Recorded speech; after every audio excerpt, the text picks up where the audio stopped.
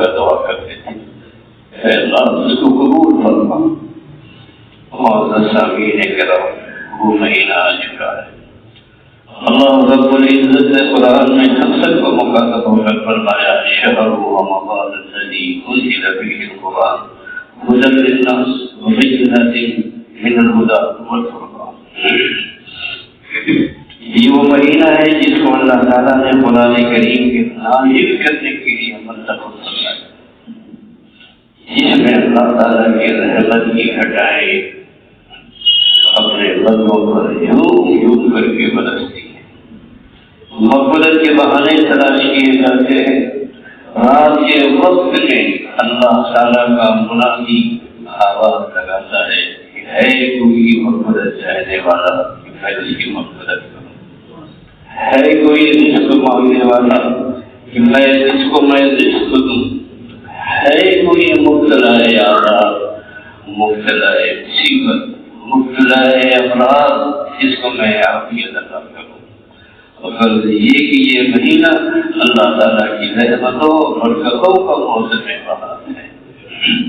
اس ماہ مبارک کی قدر پہچاننے کی ضرورت ہے، اس ماہ کی قدر پہچان کر اس کو ہم سب گزاریں گے انشاءاللہ العزیز۔ یہ ہمارے زندگی کا نقطۂ انقلاب بھی بن سکتا ہے۔ ابھی جو حدیث آپ کے سامنے پڑھی گئی اس میں رسول اللہ صلی اللہ علیہ وسلم کے یہ ارشاد منقول ہے من سلم له رمضان سلمت له السنہ، جس کا رمضان سلامتی سے گزر جائے اس کا سارا سال سلامتی سے گزرے گا۔ یہ اللہ کے رسول کا وعدہ ہے، یہ بالکل ایسے ہی سچ ہے جیسے سورج کی روشنی سچی ہے۔ رمضان کے سلامتی سے گزرنے کا ایک مطلب تو یہ ہے کہ اللہ تعالیٰ نے رمضان المبارک میں جو خصوصی عبادتیں مقرر فرمائی ہے ان کو ٹھیک انجام دیے تھے۔ مثلاً اللہ تعالیٰ نے رمضان المبارک میں روزہ فرض کیا ہے، یہ رمضان ہی میں فرض ہوتا ہے، رمضان کے علاوہ کہیں فرض نہیں ہے۔ روزے کی اس ساعت کو اہتمام کے ساتھ انجام دے کہ کوئی روزہ نہ چھوٹے، روزے کے مکمل آداب کی رعایت رکھتے ہوئے اس کو رکھے۔ جو بندہ اخلاص کے ساتھ اس کے آداب کے ساتھ صحیح طریقے سے روزہ رکھتا ہے اس کے بارے میں اللہ رب العزت نے فرمایا کہ لعلکم تتقون، اس کے نتیجے میں تمہارے اندر تقویٰ پیدا ہوگا، اس روزہ رکھنے کے نتیجے میں تمہارے اندر وہ قوت پیدا ہوگی کہ دنیا کی خواہشات تمہارے سامنے اتنی بھی رنگ برنگ آئے تمہارے قدم پھسلیں گے نہیں، تم ڈگمگاؤ گے نہیں۔ اللہ تعالیٰ کا احساس، جوابدہی کا احساس تمہارے سامنے آ جائے گا، یہی یہ کام غلط ہے میں یہ نہیں کروں گا، یہ ہے مطلب تقویٰ کا۔ تقوی کے معنی یہی ہے کہ آدمی کو اللہ تعالیٰ کے سامنے جوابدہی کے احساس کی وجہ سے انسان کوئی غلط کام نہ کرے، گناہوں سے بچے۔ اسی کو اللہ تعالیٰ نے فرمایا یہ مقام اتنا بڑا ہے، خواہشات نفس کو رد کرنا اور اس کو چھوڑنا، اس کو دبانا، اور اس کے نتیجے میں جو انسان کے اندر کیفیت پیدا ہوتی ہے، اس جب ٹوٹتا ہے تو اللہ تعالیٰ وہی پر موجود ہوتے ہیں۔ ارشاد فرمایا وَأَمَّا مَنْ خَافَ مَقَامَ رَبِّهِ وَنَهَى النَّفْسَ عَنِ الْهَوَىٰ فَإِنَّ الْجَنَّةَ هِيَ الْمَأْوَىٰ، جو اپنے پروردگار کے سامنے کھڑے ہونے سے خوف رکھتا ہے، ایک دن مجھے اس کے سامنے کھڑے ہو کر کے جواب دینا ہے، اپنے نفس کی خواہشات کو پورا کرنے سے رک جائے، تو فرمایا فَإِنَّ الْجَنَّةَ هِيَ الْمَأْوَىٰ، تو سنو اس کا ٹھکانہ جنت ہے۔ اپنے نفس کی خواہشات کو چھوڑنا ہی تقویٰ ہے۔ رمضان مبارک کا ہر روزہ صلاح تقوی کا درس ہے، نصیحت ہے اور عبادت ہے۔ رمضان مبارک کی دوسری مخصوص عبادت تراویح ہے، وہی تراویح جس کو بنا دی گئی. آج 2 دن کی ہے، کل 3 دن کی ہے، کل 4 دن کی ہے، اور میلا ٹھیلا جشن ہے. اور چاہے کہ افطار لگا ہے، بیوی کر کے جاتے ہیں، شریک ہو جاتے ہیں. معاف کیجیے گا، اس تراویح کے بارے میں اللہ کے رسول صلی اللہ علیہ وسلم نے نہیں فرمایا. جو اگرچہ رونے کی طرح فرض ہے نہیں واجب ہے. حدیث میں آتا ہے کہ نبی اکرم صلی اللہ علیہ وسلم نے جب تراویح پڑھنا شروع فرمائی تو جماعت کا آپ نے اہتمام نہیں فرمایا. مسجد نبوی میں چٹائی 4 اطراف میں کھڑی کر کے ایک حجرہ نما احاطہ سا بنا دیا گیا تھا. حدیث کی کتابوں میں یہ سب باتیں موجود ہیں. اس میں آپ صلی اللہ علیہ وسلم اعتکاف فرمایا کرتے تھے. وہی آپ صلی اللہ علیہ وسلم نے تراویح کی نماز پڑھنا شروع فرمائی. اس کو قیام رمضان کہا جاتا تھا. صحابہ کرام رضوان اللہ علیہم اجمعین نے جب دیکھا کہ آپ صلی اللہ علیہ وسلم قیام رمضان کی نماز پڑھ رہے ہیں تو وہ بھی رسول اللہ صلی اللہ علیہ وسلم کے پیچھے نیت باندھ کر کے کھڑے ہو گئے. پہلے دن تھوڑے لوگ تھے، دوسرے دن دیگر صحابہ کرام رضوان اللہ علیہم اجمعین کو جب معلوم ہوا تو ایک بڑی جماعت حاضر ہو گئی. رسول اللہ صلی اللہ علیہ وسلم ماہ رمضان میں نماز کی نیت باندھے رہے اور صحابہ کرام پیچھے ہٹ جائیں، یہ ہو نہیں سکتا. جب تیسری رات آئی تو پوری مسجد بھر گئی اور رسول اللہ صلی اللہ علیہ وسلم کے پیچھے نماز پڑھنے کے شوق پہ سب صحابہ کرام جمع ہو گئے. آپ صلی اللہ علیہ وسلم نے صحابہ کرام سے فرمایا کہ اللہ تعالیٰ کو تمہاری یہ نماز بہت پسند رہی ہے، مجھے ڈر ہے کہ یہ تمہارے دل پہ کہیں فرض نہ ہو جائے. اپنی امت پر اتنا خیال تھا. بتانا بالمؤمنین رؤوف رحیم. یہ تو اللہ تعالیٰ کی شہادت ہے کہ وہ تو مسلمانوں پر رؤوف ہے، رحیم ہے، رحم ہے. فرمایا کہ اللہ تعالیٰ کو تمہاری یہ نماز بہت پسند آئی ہے، مجھے ڈر ہے کہ یہ تمہارے دل میں کہیں فرض نہ ہو جائے. اگر یہ فرض کر دی گئی تو تم لوگ کوئی ہمتی کی وجہ سے اس فریضے کو بجا نہ لائے، اس کا بہت سخت گناہ ہو. اس لیے کل سے میں تمہیں جماعت سے نماز نہیں پڑھاؤں گا، بلکہ تم اپنے اپنے طور پر پڑھ لو. چنانچہ صحابہ کرام نے اسی طرح سے کیا. کسی نے گھر میں پڑھ لی، کسی نے مسجد میں پڑھ لی، 2-4 نے مل کر کے پڑھ لی، جماعت سے پڑھ لی، الگ الگ لوگوں کا پڑھا. سیدنا فاروق اعظم رضی اللہ تعالیٰ عنہ کے زمانے میں یہ سلسلہ چلتا رہا. ان کے زمانے تک یہ سلسلہ چلتا رہا.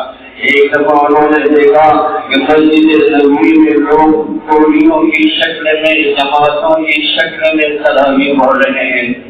کئی جماعتیں ہو رہی ہیں، کوئی امام کے پیچھے ہے، کوئی امام کے پیچھے، ہر ٹولیوں کی شکل میں لوگ نماز ادا کر رہے ہیں.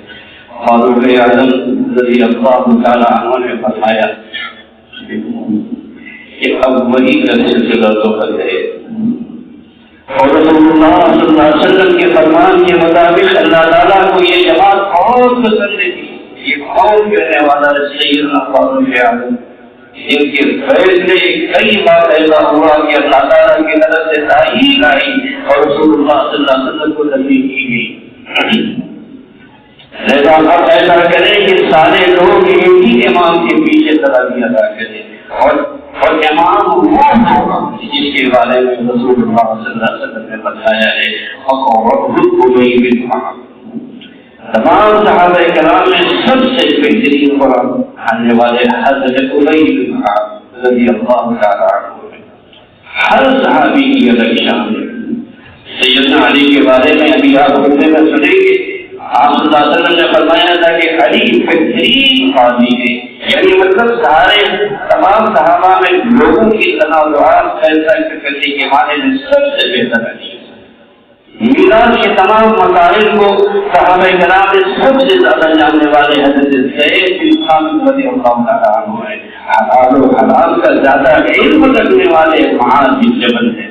چنانچہ حضرت ابی بن کعب رضی اللہ تعالیٰ عنہ کھڑے ہوئے اور تمام صحابہ ایک ان کے پیچھے نماز تراویح پڑھ رہے ہوئے.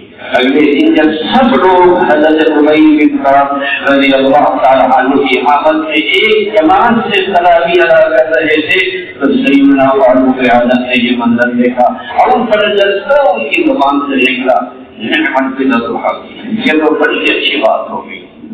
تو اس کے بعد سے تراویح جماعت کے ساتھ اکٹھی پڑھی جانے لگی۔ اس طرح رسول اللہ صلی اللہ علیہ وسلم نے اپنی سنت کے بارے میں فرمایا کہ میری سنت کی اتباع کرو، اسی طرح اپنے خلفاء راشدین کی سنت کی پیروی کرنے کا بھی حکم دیا ہے۔ حضرت عبداللہ ابن مسعود رضی اللہ تعالیٰ عنہ کی روایت ہے، وَعَضُّ عَلَيْهَا بِالنَّوَاجِذِ، لوگوں کو دعوت سے بہت مضبوطی سے پکڑ لو۔ اس لیے تراویح کی جماعت سنت ہے اور جو واجب یقیناً نہیں ہے۔ رسول اللہ صلی اللہ علیہ وسلم سے تین کی جماعت ثابت ہے، بعد میں خلفاء راشدین رضوان اللہ علیہم اجمعین سے تمام صحابہ کرام کے اہتمام سے ثابت ہے۔ اللہ کے رسول کی سے عشق کا دعویٰ کرنا آسان ہے، لیکن یہ وہ بات رسول اللہ صلی اللہ علیہ وسلم نے امت کے لیے کہ ان پر یہ اشکال نہ ہو جائے اور مشقت نہ ہو جائے، ان جماعت کو چھوڑا تھا، کیا ہم اس کو ایسی چھوڑ دیں؟ اس طرح بھی اللہ تعالیٰ کے فضل و کرم کا یہ عالم ہے کہ ہر مومن کو اللہ تعالیٰ نے اپنے تعلیم مقامات سے خود زیادہ عطا فرمائے ہیں۔ تراویح کی 30 رکعت ہیں، ہر رکعت میں 2 سجدے ہیں، تو یہ 40 سجدے ہوئے۔ سجدے کے بارے میں بتایا کہ بندہ اپنے پروردگار سے کسی وقت اتنا زیادہ قریب نہیں ہوتا جتنا سجدے کی حالت میں ہوتا ہے۔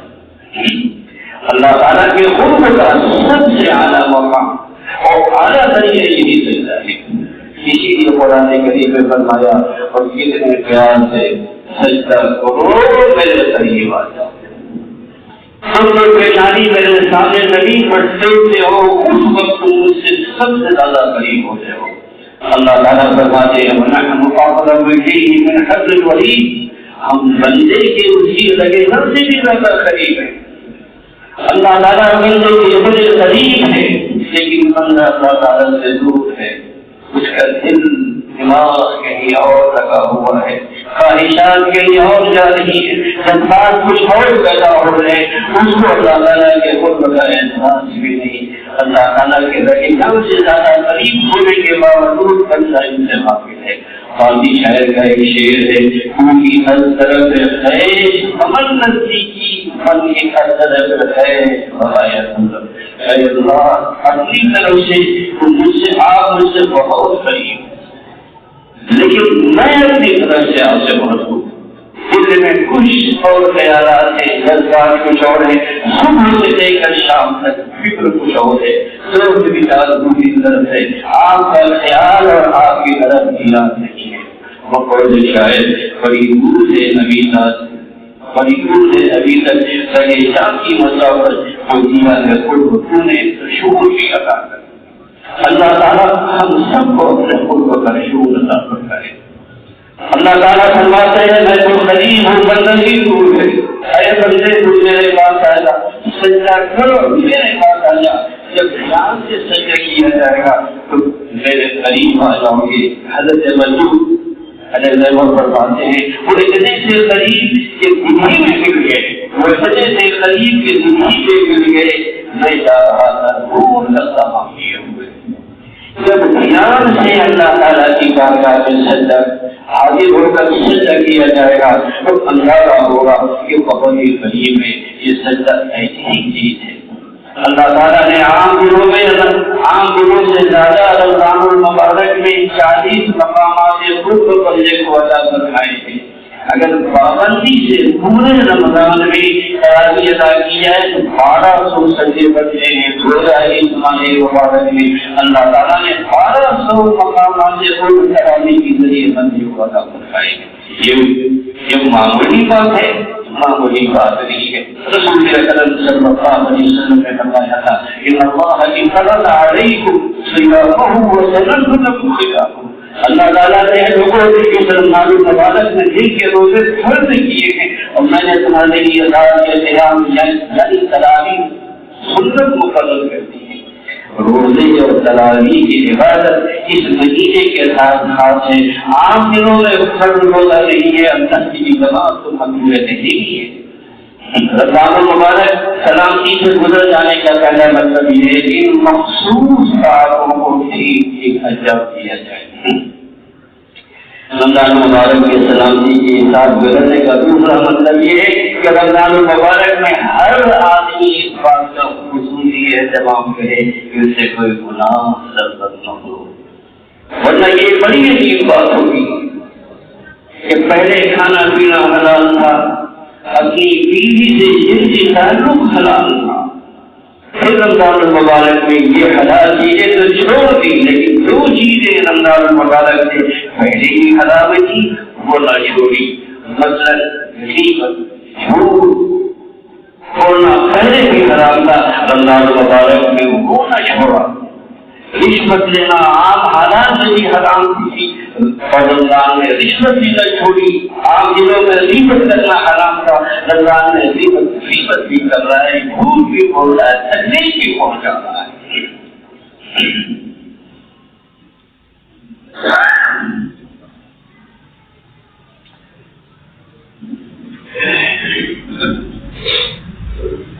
اگر اس طرح رمضان گزارا گیا کہ گناہ بھی ہو رہا ہے اور روزے بھی رکھے جا رہے ہیں, یہ بڑے ڈرنے کی بات ہے اور اپنے محاسبے کی ضرورت ہے. ایک مرتبہ رسول اللہ صلی اللہ علیہ وسلم اور اگر درمیان میں اگر خیال آیا ان گناہوں سے توبہ کر لی اور باقی ایام گناہوں سے بچ کر کے گزار لی تو رسول اکرم صلی اللہ علیہ وسلم کی اس بشارت کے ہم انتظار کر جائیں گے کہ جس کا رمضان سلامتی سے گزرا اس کا کام سلامتی سے گزرے گا انشاءاللہ.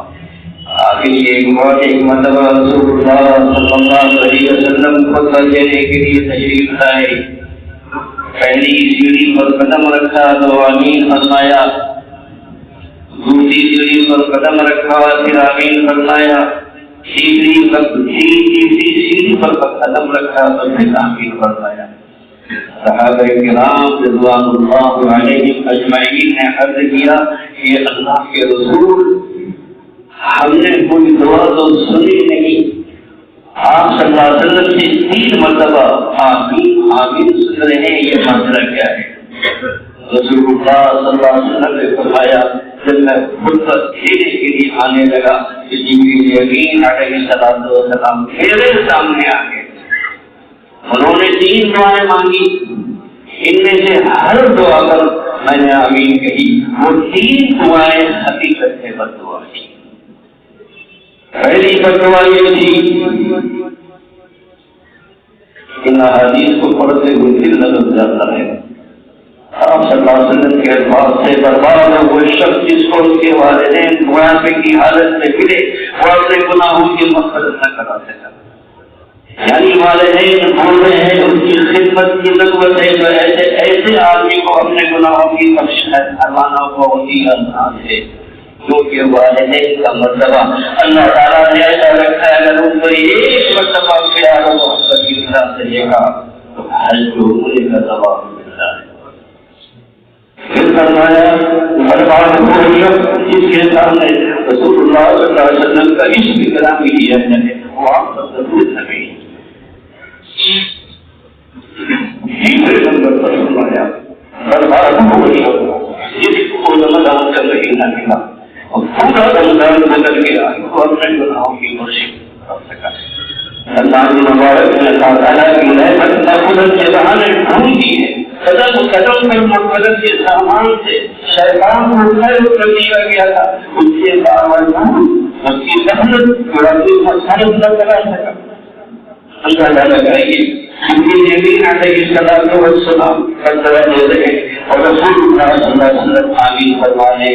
اللہ تعالیٰ ہر مسلمان کو اس کا مثال کرنے سے بچا. رمضان المبارک کا پورا مہینہ اللہ تعالیٰ کی عبادت گناہوں سے بچ کر سلامتی کے ساتھ گزارنے کی کوشش کرنی چاہیے.